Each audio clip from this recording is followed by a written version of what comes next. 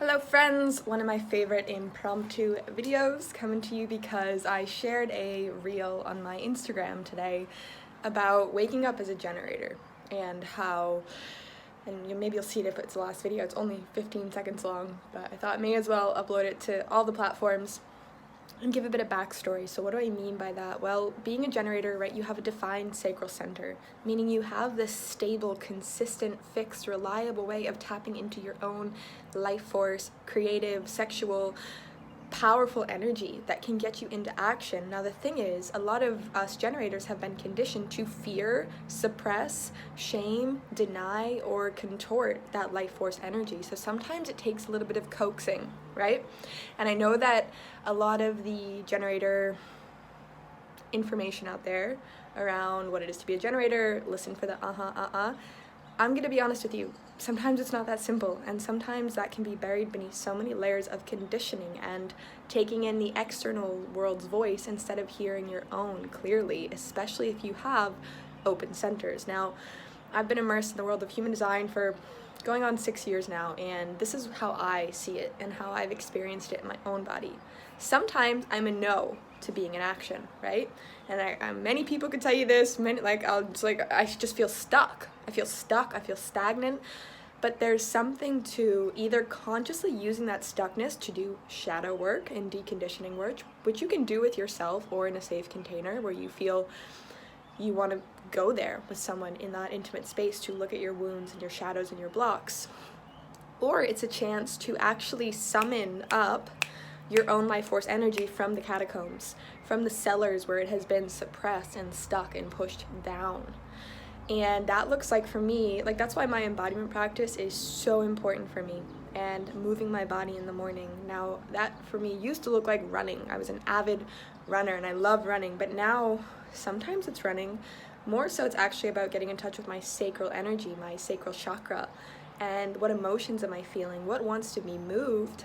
Open emotional center right here.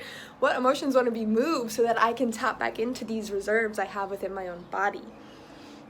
And this is energy work. It's human design for sure, but it's actually energy work. So you may be watching this as a manifester, as a projector. It actually doesn't matter, but I do feel this is really helpful often for people who are the generator type in human design and the manifesting generator type, which I'm going to put on the second end of this video. So moving with whatever's there first. Start slow if you need to. Some mornings though, like today for me, I woke up and I was ready to hit it. Put on loud music and my body responded. I just had this inspiration to move my body. I put on the music, even though I didn't think I was really charged up, and I moved and I felt amazing. And then I went into the day and it's only like 2 o'clock now and I'm feeling ready. I'm gonna go for a run. I'm gonna do some more work. I'm feeling really good. However, sometimes I cannot. Sometimes it's like I'm in all of my blocks and I'm in all of my shadows and all of my conditioning and this like icky, sticky stuckness, frustration. So what I do with that is I move it. I move my body. Sometimes I'm channeling my wild woman archetype where I just need to be feral and raw and scream. Sometimes I'm more sensual and erotic. Sometimes I'm more slow. But I make the conscious effort to incrementally move the energy up, bring more vitality in, and I find that I can actually coax my body back into her natural state of life force energy, back into her sacral flow, even if the initial get-go was an if you know what I mean. Now, the second part of this video, I had a lot of people reach out to me on Instagram talking about being manifesting generators. They're like, well, what if I'm a manifesting generator? Is this the same? And I would say 100% absolutely yes. Manifesting generators, emotional manifesting generators, you're like hybrid generators. Your baseline foundation is that of a generator. Your aura type, your life theme, they're the same as a generator. You work like a generator. Your inner mechanism is a generator, which is something to be embraced. Because when you embrace your generator core nature, there's this like superpower that can come through from your manifestor abilities. Right? The art of being a generator is, I always link it to nature, like a flower blossoming in accordance with its own time and the cycles of nature, responding to the environment, responding to the people, the stimulus, the fuel, then expanding in its aura, opening up to take in more, enveloping its surroundings. then going back to seed for another cycle of regeneration. Manifesting generators, it's like that growth process can be on speed once you're in alignment and attuned to your sacral response, right? So manifesting generators, you are generators at a baseline, and you're like hybrid generators. You have superpowers, but it comes from embodying the depth of your generator nature. And I find that that's where a lot of MGs that I've worked with can get stuck. They want the energy to come out from here first, all the vision and the ideas, and why can't I do it, without really connecting to like the sacral, the body, the pulse of your life force, that life force energy, which is going to make your visions, your initiation so much more fruitful and aligned. So yeah, I just wanted to share that. It was really ripe and alive today, and I'm feeling my energy super alive today, and I wanted to just maximize on that and share this all with you, and hopefully it provides some support. And remember, you don't have to wake, if you're a generator or a manifesting generator, if you're a generator and you wake up not feeling lit up as fuck, like that's fine.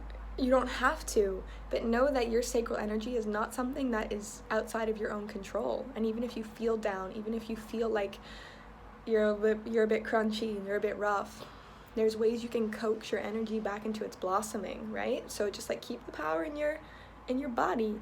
Notice where you're acquiescing. Notice where you're giving away your power. This could even be to your emotions. Look to your open centers. I did this for a really long time, and I still catch myself doing this, but I've gotten much better through a lot of trial and error. I'm a 6'2" for another 3 years or so. I'd give away a lot of my power to my emotions, and now I witness my emotions. Sometimes I go into them, and it's an opportunity for shadow work or for being really vulnerable. But now I kind of see what I'm doing, and I think, all right, I'm giving a lot of my sacral power to those emotions right now. How can I bring this more into my body? How can I do this more in like Kelly flavor and generator flavor? Can I dance with this? Can I scream? Can I yell? Can I jump in the cold ocean?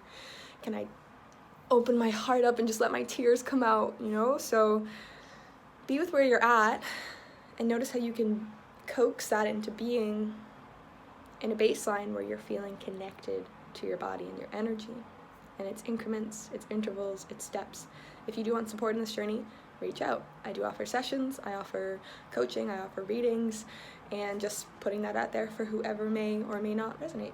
But I wanted to share this because it was so alive, and sending you all lots of love from my somewhat messy bedroom. I'm about to go for a run and use this energy, and I did some writing today. I'm gonna get in the sun because it's the first like sunny few days here in a while, and yeah, that's it.